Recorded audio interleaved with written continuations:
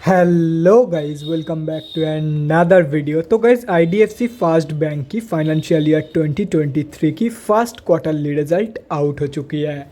तो गाइस, इस वीडियो में हम लोग यही देखेंगे कि कंपनी ने जून क्वार्टर में कैसी परफॉर्म की है, क्या क्या पॉइंट्स इंप्रूव हुई है एंड कहाँ कहाँ पे कंपनी ने डिटोरिएट की है, और कंपनी के फंडामेंटल्स भी चेक करेंगे और देखेंगे कि क्या ये कंपनी पैसे लगाने लायक है या नहीं।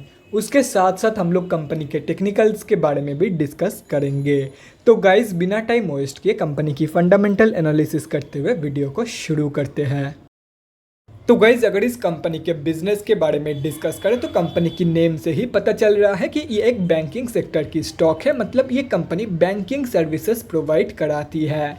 ये company both BSc and NSC में लिस्टेड है। और अगर इस कंपनी के कुछ इंपॉर्टेंट फिगर्स के बारे में डिस्कस करें तो 26,805 करोड़ की है कंपनी की मार्केट कैप, 21.6 की पी है, 4.61% है कंपनी की ROCE एंड 0.7% है कंपनी की रिटर्न ऑन इक्विटी।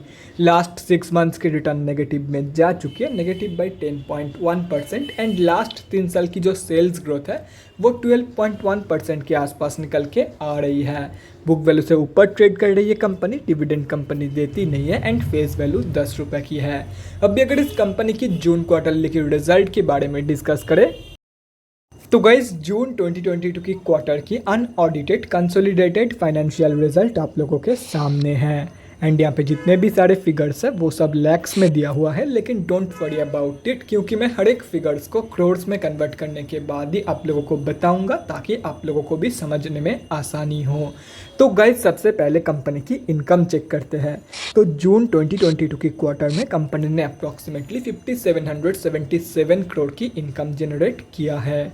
और अगर ये मार्च 2022 की क्वार्टर एंड जून 2021 की क्वार्टर से कंपेयर किया जाए तो मार्च 2022 की क्वार्टर में कंपनी ने अप्रॉक्सीमेटली 5384 करोड़ की इनकम जनरेट किया था एंड जून 2021 की क्वार्टर में 4931 करोड़ की इनकम। तो ईयर ऑन ईयर बेसिस पे and quarter on quarter basis पे दोनों में ही कंपनी ने एक हेल्दी पॉजिटिव ग्रोथ दिखाई है, पॉजिटिव इनकम ग्रोथ दिखाई है इन जून 2022 की क्वार्टर। अभी अगर कंपनी की नेट प्रॉफिट मतलब प्रॉफिट आफ्टर टैक्स के बारे में डिस्कस करें तो जून 2022 की क्वार्टर में कंपनी ने अप्रॉक्सीमेटली 485 करोड़ की प्रॉफिट पोस्ट किया है। मार्च 2022 की क्वार्टर में कंपनी ने 352 करोड़ की प्रॉफिट पोस्ट किया था एंड जून 2021 की क्वार्टर में 621 करोड़ की लॉस। तो ईयर ऑन ईयर बेसिस पे कंपनी ने एक ज़बरदस्त प्रॉफिट ग्रोथ यहाँ पे दिखाई है and quarter on quarter basis पे कंपनी ने एक healthy positive profit growth maintain करी है इन जून 2022 की क्वार्टर। और अगर कंपनी की EPS मतलब अर्निंग पर शेयर की ग्रोथ के बारे में डिस्कस करें तो EPS की जो ग्रोथ है वो भी प्रॉफिट की तरह ही है। ईयर ऑन ईयर बेसिस पे ज़बरदस्त ग्रोथ आप लोगों को देखने को मिली है यहाँ पे and quarter on quarter basis पे एक हेल्दी ग्रोथ मेंटेन करी है इन जून 2022 की क्वार्टर। तो अगर ओवरऑल देखा जाए तो जून 2022 के क्वार्टर में कंपनी ने हर एक जगह पे पॉजिटिव ग्रोथ ही दिखाई है, कहीं पे कम कहीं पे ज़्यादा, लेकिन हर एक जगह पे कंपनी ने पॉजिटिव ग्रोथ मेंटेन करी है। तो ओवरऑल जो जून क्वार्टर की रिजल्ट निकल के आई है वो बहुत ही बढ़िया निकल के आई है। एंड अभी अगर कंपनी के बैलेंस शीट के हेल्थ के बारे में डिस्कस करें, फाइनेंशियल ईयर 2022 में कंपनी की रिजर्व के साथ साथ डेट भी इंक्रीज़ हुई है, लेकिन अगर देखा जाए तो डेट कई गुना ज़्यादा इंक्रीज़ हुई है कंपेयर टू कंपनी की रिजर्व।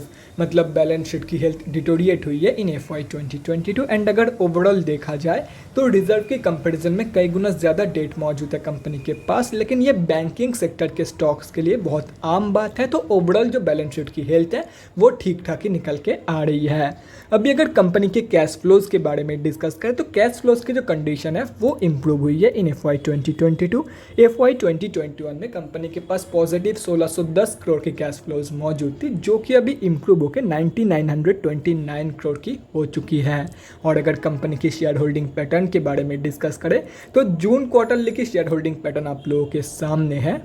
तो जून क्वार्टर में प्रमोटर्स ने एंड FIIs ने सेलिंग करी है, DIIs ने बाइंग करी है एंड गवर्नमेंट की होल्डिंग अनचेंज्ड है। और अगर पब्लिक में देखा जाए तो गाइस, यहाँ पे आप लोग देख सकते हो पब्लिक में एक ही बड़े रिटेलर की होल्डिंग है एंड अगर ये कैलकुलेट करते हो तो इस कंपनी में हम अब जैसे छोटे मोटे रिटेलर की जो होल्डिंग है वो अप्रॉक्सीमेटली 30.55% के आसपास निकल के आ रही है। तो गाइस अभी कंक्लूजन पे आते हैं कि आप लोगों को इस कंपनी में पैसा लगाना चाहिए या नहीं। तो देखो गाइस मैं आप लोगों को यही बोलूँगा, कंपनी की जो ग्रोथ है वो बहुत ही बढ़िया है एंड ये एक फंडामेंटली स्टेबल कंपनी है। तो आप लोग डेफिनेटली इस कंपनी में पैसा लगा सकते हो, चाहे वो शॉर्ट टर्म के लिए हो या तो फिर लॉन्ग टर्म के लिए। अभी अगर कंपनी के टेक्निकल्स के बारे में डिस्कस करें तो गाइस यहाँ पे हम लोग आ चुके हैं एनएससी के डेली चार्ट पे। सबसे पहले उन लोगों के बारे में डिस्कस करते हैं जो लोग इस कंपनी में लॉन्ग टर्म के लिए एंट्री प्लानिंग कर रहे हैं। तो देखो गाइस कंपनी अभी जहाँ पे ट्रेड कर रही है उसकी सबसे क्लोजेस्ट सपोर्ट जोन निकल के आ रही है 37.45 रुपीज़ के आसपास। तो अगर ये कंपनी आप लोगों को 37 रुपीज़ के प्राइस रेंज पे मिल जाती है तो आप लोग एक बहुत ही बढ़िया एंट्री प्लान कर सकते हो फॉर लॉन्ग टर्म। अभी अगर शॉर्ट टर्म ट्रेडर्स के बारे में डिस्कस करें तो देखो गाइस कंपनी को एक बार सक्सेसफुली 44 रुपीज़ की जो रेजिस्टेंस है इसके ऊपर क्लोजिंग करने दो ऑन डेली बेसिस, उसके बाद ही शॉर्ट टर्म ट्रेड प्लान करना है इस कंपनी में। जब तक ये कंपनी इस लेवल के नीचे रहेगी तब तक आप लोगों को इस कंपनी में कोई भी शॉर्ट टर्म ट्रेड प्लान नहीं करना है। और रही बात स्विंग ट्रेडर्स के तो गाइस सिंपली अभी आप लोगों को वेट ही करना होगा क्योंकि कोई भी proper entry as of now इस कंपनी में बन नहीं रही है। तो गाइस यहाँ पे आप लोग साफ देख सकते हो कंपनी अभी इस रेजिस्टेंस के आसपास कंसोलिडेट कर रही है। तो यहाँ पे अभी दो चीज़ हो सकता है कि कंपनी ऐसे टोटली रिजेक्शन फेस करके 38 रुपीज़ तक की फॉल शो कर दे, और ये भी हो सकता है कि कंपनी इसको सक्सेसफुली क्रॉस करके ऊपर चली जाए। तो अगर कंपनी इसको सक्सेसफुली क्रॉस करके ऊपर चली जाती है तो इसके ऊपर क्लोजिंग के बाद, उसकी कंफर्मेशन के बाद कि कंपनी ने इसके ऊपर क्लोजिंग किया है, उसके बाद आप लोग 53 रुपीज़ के टारगेट के लिए ट्रेड प्लान कर सकते हो। और वहीं पे अगर कंपनी रिजेक्शन फेस करके नीचे गिर जाती है तो simply wait for the reversal from the support of 37 rupees. जब कंपनी यहाँ से रिवर्सल शो करेगी तब रिवर्सल कंफर्मेशन के बाद आप लोग 44 रुपीज़ एंड 53 रुपीज़ के टारगेट के लिए एंट्री प्लान कर सकते हो। बाकी के इंपॉर्टेंट लेवल्स आप लोगों के सामने हैं, तो अगर आप लोग चाहते हो तो स्क्रीनशॉट लेके रख सकते हो, कहीं पे नोट डाउन करना चाहते हो तो वो भी आप लोग कर सकते हो।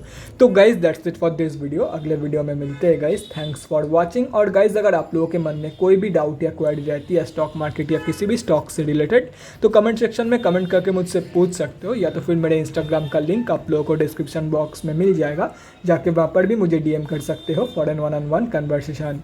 Thanks again for watching guys, bye guys and definitely guys stay safe.